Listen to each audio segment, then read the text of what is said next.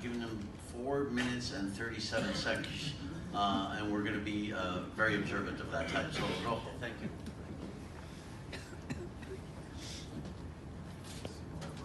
Hi, everyone. Thanks for letting me address all this very important crowd.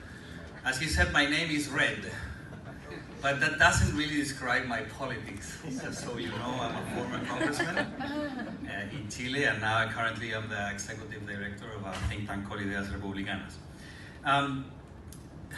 Chile is literally burning,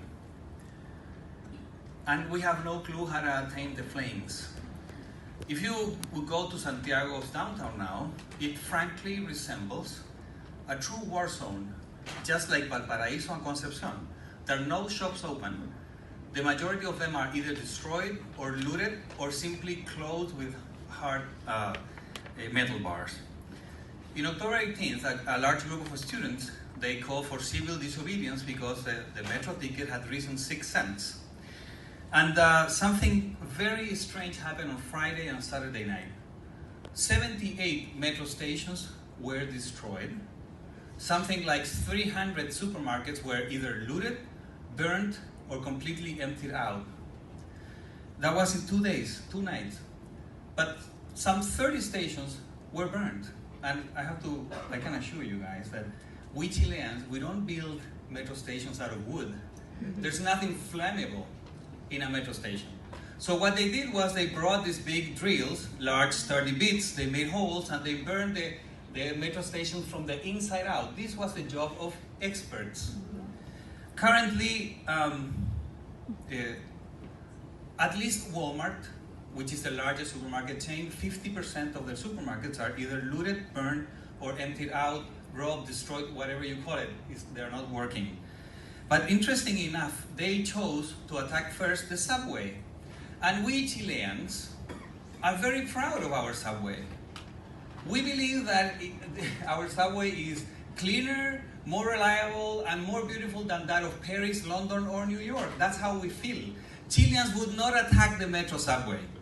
And after the metro subway, they went to the supermarkets and the trucks to destroy the supply chain. Mr. Piñera, after all of this, had to declare a state of emergency. So the problem was that he had to deploy I don't know what percentage, a large percentage of the military to guard the water facilities and the electricity facilities. That was the problem.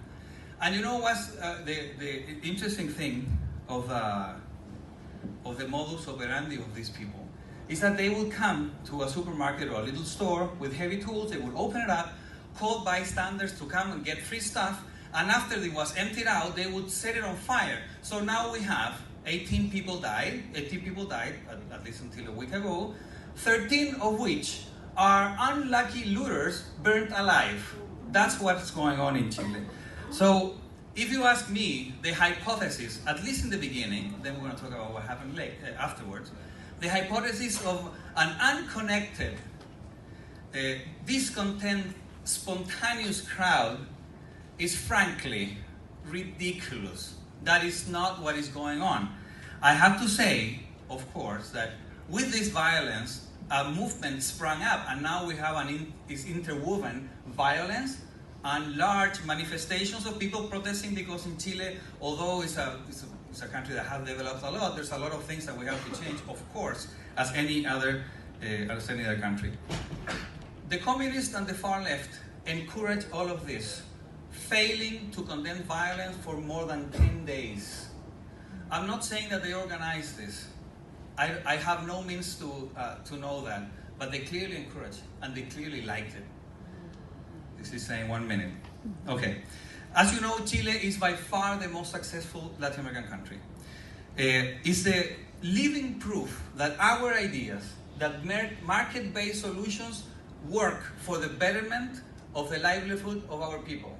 We have grown more than anybody else in Latin America in the last 30 to 40 years, more than almost anybody else in the world. We have heavily reduced inequality, you name it, and we have done better than the rest of Latin America.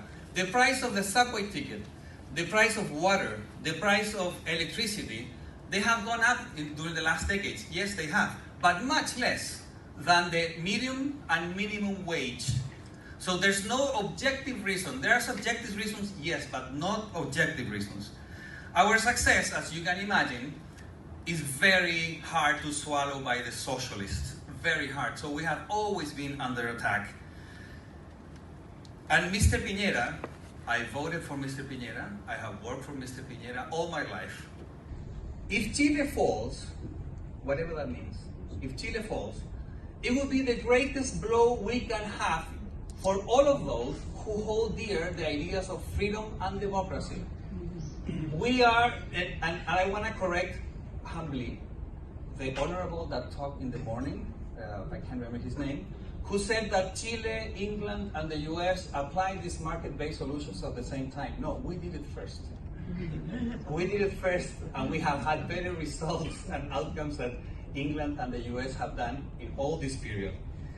And I'm sure that Chileans, we're going to stand up again, we're going to rise up, but we need help from you, from freedom and democracy advocates, because what is going on is nothing short than a coup d'etat in the making. Thank you very much.